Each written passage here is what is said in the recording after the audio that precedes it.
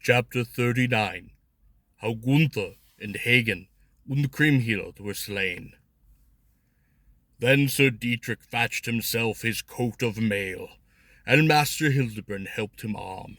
The mighty man made wail so sore that the whole house resounded with his voice. But then he gained again a real hero's mood. The good knight was now armed, and quite grim of mood. A stout shield he hung upon his arm.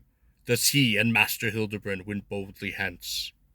Then spake Hagen of Tronig, Yonder I see Sir Dietrich come hither. He would fain encounter us, after the great sorrow that he hath befallen him. Today we shall see to whom one must give the palm. However strong of body and grim of mood the Lord of Bern thinketh him to be, right well dare I match him. So spoke Hagen, and he will avenge on us that which hath been done him. Dietrich and Hildebrand heard this speech, for Hagen came to where he found the champion stand before the house, and leaning against the wall, Dietrich set his good shield upon the ground, and spake in grievous dole, Gunther, mighty king, why have ye so acted against me? Banished man, what have I done to you? I stand alone, bereft of all my comfort. Ye, though it not in hour of bitter need, when ye did kill Knight Rudiger, our friend, now ye have robbed me of all my men. Forsooth I never had wrought you heroes sorrow such as this. Think on yourselves and on your wrongs. Doth not the death of your kinsmen and all the hardship grieve the minds of you good knights?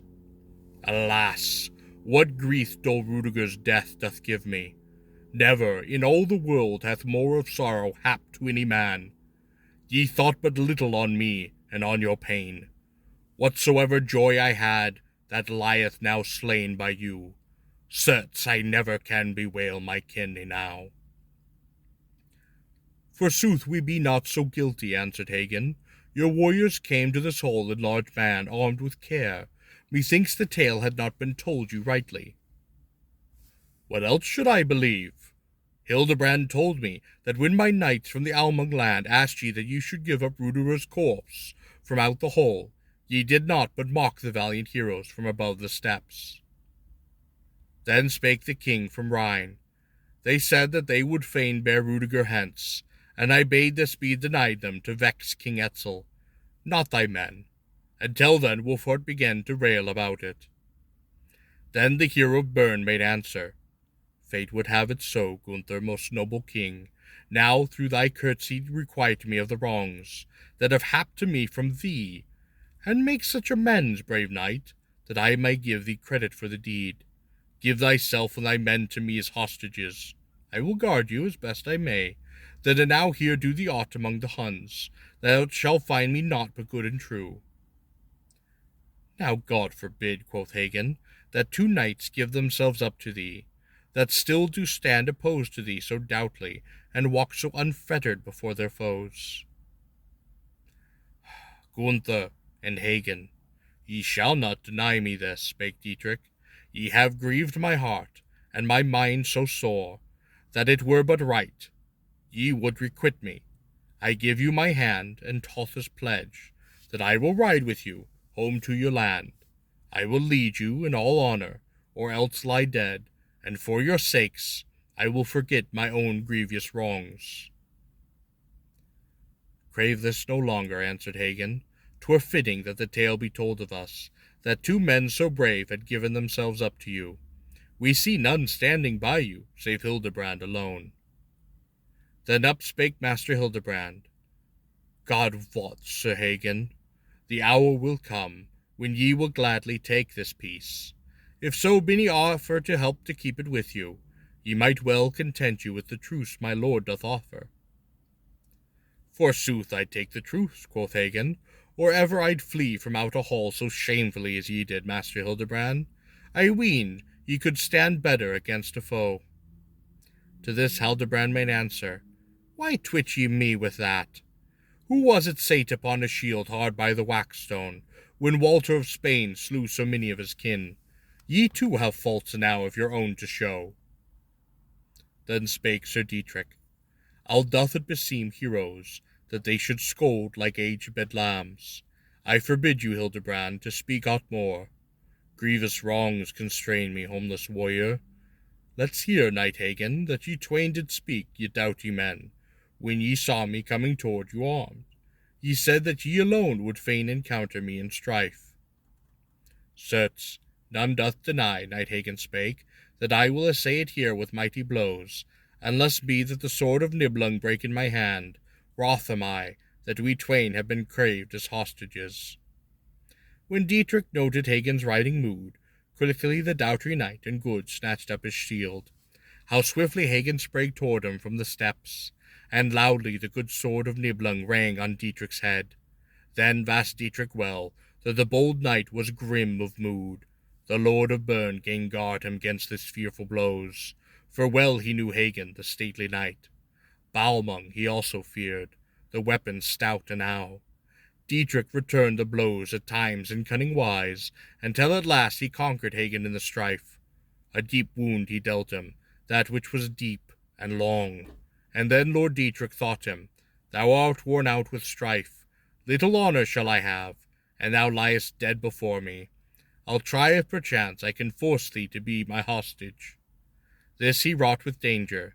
His shield he let fall, and great was his strength, and clasped Hagen of Tronig in his arms. Thus the brave knight was overcome by Dietrich, and noble Gunther gained wealth thereat. Dietrich now bade Hagen, and led him to where he found the high-born queen, and into her hand he gave the bravest warrior that ever bare a sword. Then merry enow she grew after her great dole. For very joy King Etzel's wife bowed low before the knight. May thy heart and body be ever blessed. Thou hast well required me of all my woes. For this will I ever serve thee, and lest be that death doth hinder me therefrom. Then spake Lord Dietrich, Pray, let him live, most noble queen, and if this still may be, how well will I requite you of that which he hath done you. Let him not suffer, because ye see him stand here bound. She bade Hagen then be laid away to duress, where he lay locked in, and where none did see him. And Gunther the high-born king began to call, Whither went the knight of Bern? He hath done me wrongs. At this Lord Dietrich went to meet him, and Gunther's might was worthy of praise. No more he bided, but ran outside the hall, and from the clashing of the swords of the twain a mighty din arose. However much and long Dietrich's prowess had been praised, yet Gunther was so sorely angered, and quite enraged, for because of the grievous dole he was his deadly foe, that men still tell it as a wonder that Sir Dietrich did not fall. Great were both their prowess and their strength. The palace and the towers resounded with their very blows, and with the swords they hewed at the sturdy helmets. King Gunther was of lordly mood, but the knight of Bern overcame him. As happed to Hagen afore, the hero's blood was seen to ooze through armor rings, drawn forth by keen-edged sword, the which Sir Dietrich bare. Though weary, Sir Gunther had guarded him most valiantly. The lord was now bound by Dietrich's hands, and though kings should not endure such bonds, yet Dietrich thought, if he set free the king and liegemen, that all they must needs fall dead upon their hands. Dietrich of Bern now took him by the hand, and led him bound to where he found Krimheld. At sight of his sorrow, much of her fear took flight. She spake, Welcome, Gunther, from Burgundian land. Quoth he, I would bow before you, dear sister mine, if your greetings were but kinder. I know you, queen, to be so wroth of mood, that ye do give me and the Hagen meagre greetings. Up spake the knight of Bern, Most noble queen, never were such good knights made hostages as I have given you and them. Exalted lady, for my sake I pray you, spare these homeless men. She vowed that she would do it gladly. Then Sir Dietrich left the worshipful knight with weeping eyes. Later Etzel's wife avenged her grimly. She took the life of both the chosen heroes. To make their duress worse, she let them lie apart, so that neither saw the other, till she bare her brother's head to Hagen. Krimhild's vengeance on both was great enow. Then the queen went to Hagen. In what right hostile wise she spake to knight, If ye will give me back what ye have taken from me, then ye may still go home alive to Burgundy. Hagen answered, Thou dost waste thy words, most noble queen. Forsooth I have sworn an oath that I would not show the hoard. The while in any of my lords to live, so shall I give it to none. I will make an end of this, quoth the high-born wife. Then she bade her brother's life be taken. His head they struck off, and by the hair she bare it to the knight of Tronig. Loth enow it was to him. When sad of mind the warrior gazed upon his master's head, he spoke to Krimheld, Thou hast brought it to an end after thy will, and it hath happed, as I had thought me. The noble king of Burgundy now lay dead, and Grisler the youth, and Sir Gernot too. None knoweth of the treasure now, save God and me, and it shall ever be hid from thee, thou fiend. Then quoth she, Ye have requited me full will, so I will keep the sword of Siegfried, that which my sweetheart bare, when last I saw him, in whom dole of heart hath happed to me through you. From the sheath she drew it, nor could he hinder her a whit. She planned to rob the knight of life, and with her hand she raised it, and she struck off his head. This King Etzel saw, and sore enow it rued him. Alack, cried the lordling, how lieth now dead at a woman's hands the very best of knights, that ever came to battle or to bear a shield. However much I was his foe, yet it doth grieve me quite sorely. Then spake old Hildebrand, Forsooth, it shall not boot her aught, that she doth slay him. Whatso hap to me, and whatever much it may bring me to a dangerous pass, yet will I avenge bold Tronig's death. Hildebrand then sprang in wrath towards Krimheld. For fear of him she suffered pain, but what might it avail her, that she shrieked so frightfully? He dealt the queen a grievous sword blow, that which did cut the high-born dame in twain. Now all lay low in death whom fate had doomed. Dietrich and Etzel then began to weep.